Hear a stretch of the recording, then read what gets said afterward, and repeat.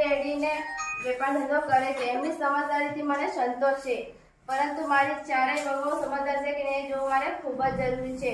નહીં તો તેનું છે તે નાશ થઈ જાય. એ જોવા માટે મારે એની પરીક્ષા કરવી પડશે. એટલે હવે એ માટે મારે એક યુક્તિ કરવી પડશે. એમ કરી હું મારી ચારેય વહુને બોલાવું છું. વહુ બેટા, જરા અહીંયા આવશો.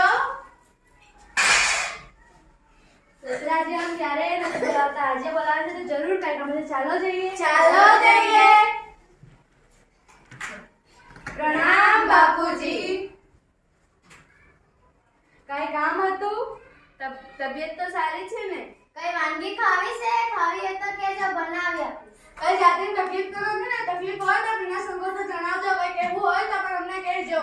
બીજું તો કાંઈ નથી બેટા, પણ આ દાણા આપું છું તે સાસવી રાખજો. હું માંગુ ત્યારે પાછા આપજો.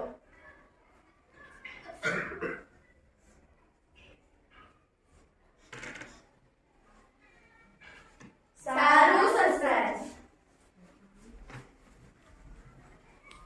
ડોસાએ કેવા ઝીણા ઝીણા છે. આપીને ડાકરના 5 દાણા આપી દીધા. ગળપણમાં બુદ્ધિ જતી રહી એમ તો સાંભળ્યું હતું, પણ આજે તો જોઈ પણ લીધું. સસરાજીએ ભલે 5 દાણા આપ્યા તે ઘરના મોટા કરા અને એમને આપી દીધી ભગવાનની પ્રસાદ એટલે એમને ફેંકી ન દેવાય. તો શું કરું? ચાલો એને ખાઈ જાઓ અને જ્યારે માંગશે ત્યારે કોઠીમાંથી કાઢીને આપી દઈશ. સસરાજીએ આ 5 દાણા આપ્યા, એનું શું કરવાનું? ચાલો જીવ એને સાસવીને મૂકી દઉં ડાબડીમાં. જ્યારે સસરાજી માંગશે ત્યારે કાઢીને આપી દઈશ. સસરાજી આ દાણા કઈ એમ આપ્યો હોય? કઈ તો વાત જરૂર છે એટલે અમે ફેંકી ન દેવા. તો શું કરું? એને મારા પિયરે મોકલાવી વવરાવી દઉં. પાકશે એટલે ફરી વવરાવી દઈશ. કણમાંથી મન થતા વાર ન લાગે, સમય જતા વાર નથી લાગતી. એના માટે મારે પિયરે જવું પડશે અને મારા પતિ અને સસરાજીની મંજૂરી લેવી પડશે.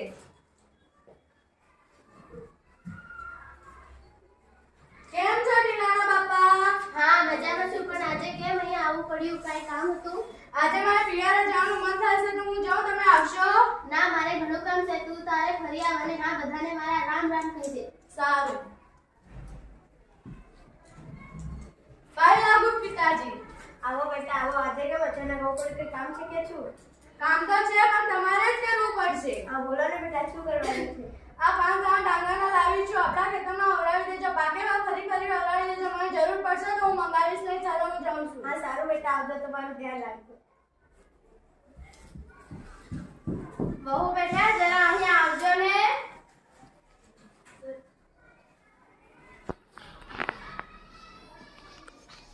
હા સસરાજી, કઈ કામ હતું? હા કામ તો હતું. મેં તમને થોડા સમય પહેલા 5 દાણા આપ્યા હતા, તે જરા લાવો ને.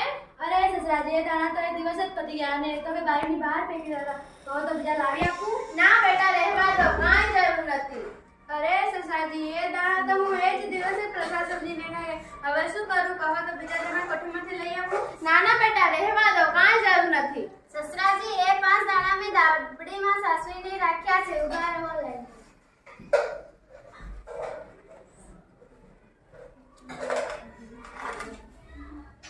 વહુ બેટા, તમે કેમ કાંઈ બોલતા નથી? તમે દાણા લાવી શકો ખરા કે નહીં? સસરાજી, એ તમે આપેલા તમારા સસરાજી એ દાણા લેવા માટે મારા પિયરે જવું પડશે ગાડા લઈને. તમે 5 દાણા આપેલા, હવે 5 દાણા નથી રહ્યા. ગાડા ભરા એટલા થઈ ગયા છે. કેમ આવું શી રીતે કેમ મોકલવા પડશે? તમે આપેલા 5 દાણાને મારા પિયરે વવરાવી નાખેલા અને વવરાવતા એ ગાડા ભરા એટલા થઈ ગયા છે. શાબાશ બેટા શાબાશ, તારી સમજદારી પર મને ગર્વ છે. તું જે ઘરની સાસી લક્ષ્મી છે. મને તારે આખું ઘર સંભાળવાનું છે. મને તારા પર વિશ્વાસ છે કે તું તારા હાથમાં આવેલી લક્ષ્મી બચશે, ઘટશે નહીં. મને એ વિશ્વાસ છે. તમારા બધા વતી નાની બહુ ઠરેલ અને સમજદાર છે, તેથી આખા ઘરને કામ એને સોંપું છું. સારું બાપુજી. વહુ બેટા, તારે કોઠારનો કારભાર સોંપું છું. તારે સંભાળવાનો છે. વહુ બેટા, તમારે રસોડાની દેખરેખ રાખવાની છે. સારું બાપુ. વહુ બેટા, તમારે નોકર ચાકર પર દેખરેખ રાખવાની છે. સારું બાપુજી. વહુ બેટા, તમારે સાફ સફાઈની જવાબદારી રાખવાની છે. સારું બાપુજી. બધા હળી મળીને કામ કરશો તો જ આપણું ઘર સ્વસ્થ બનશે અને ઈશ્વરની કૃપા બની રહેશે. પાય લાગુ સસરાજી. જીવો બેટા જીવો, સદા ખુશ રહો.